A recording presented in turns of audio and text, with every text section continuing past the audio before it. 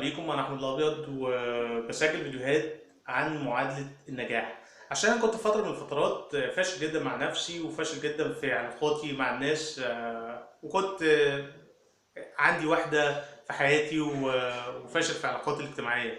فبحاول اعمل الفيديوهات ديت عشان اقدر اساعد الناس اللي عندها فشل في حياتها عشان ازاي تكون معادله النجاح بتاعتها. انا جاي اتكلم النهارده عن ايه؟ جاي اتكلم عن ازاي اتغلب على خوفي. عشان اتغلب على خوفي، انا في فتره من الفترات كان الخوف هو اللي مسيطر على كل تفاعلاتي مع الناس وكل تفاعلاتي في حياتي عامه.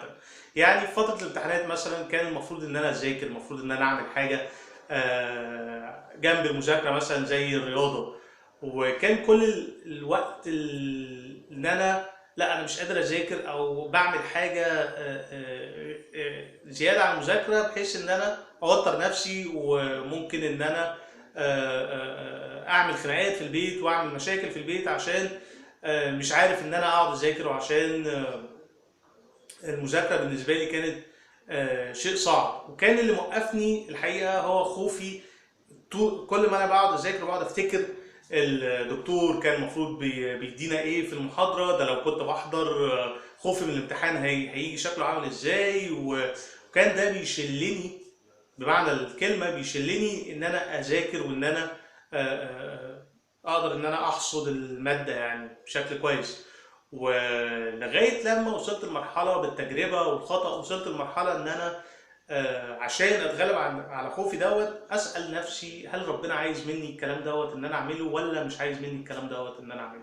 فلو ربنا عايز مني ان انا اذاكر في الوقت الحالي عشان عندي امتحانات كمان اسبوع، يبقى انا دوري ان انا اعمل في اليوم ساعه او ساعتين مذاكره فيهم قرايه وكتابه، وعشان اوصل ان انا قبل الامتحانات او في ساعه الامتحان اقدر ان انا احل بشكل كويس.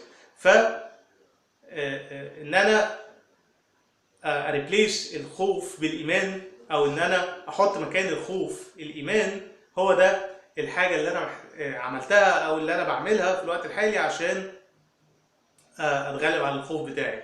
فازاي بعمل الكلام دوت؟ ان انا بسال نفسي هل ربنا عايز مني الكلام دوت ولا مش عايز مني الكلام دوت. لو ربنا عايز مني الكلام دوت بعمله، والخوف مش هيروح، كده كده الخوف موجود. باخد خوفي وبروح اعمل الحاجه ديت، ايا كانت، ان كانت مذاكره، ان كانت في الحياه العمليه مع مديري، مع في شغلي، في حياتي العمليه.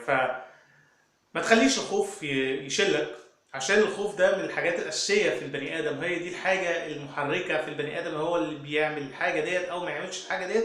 هو الخوف دوت، هو الخوف بيوقف البني ادم. لو اتحكم في البني ادم ان هو بيوقفه ان هو يعمل الحاجه اللي هو المفروض يعملها. اسال نفسك سؤال: هل ربنا عايز مني الحاجه ديت اللي انا رايح اعملها، ولا مش عايز مني الحاجه ديت؟ هل انا هفيد الناس بالحاجه ديت اللي انا رايح اعملها، ولا مش هفيد الناس؟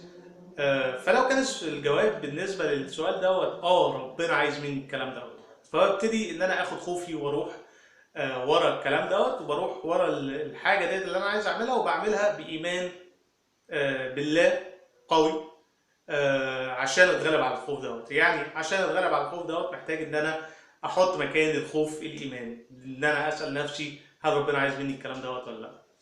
اعمل لايك للفيديو دوت، واشوفك الفيديو الجاي ان شاء الله.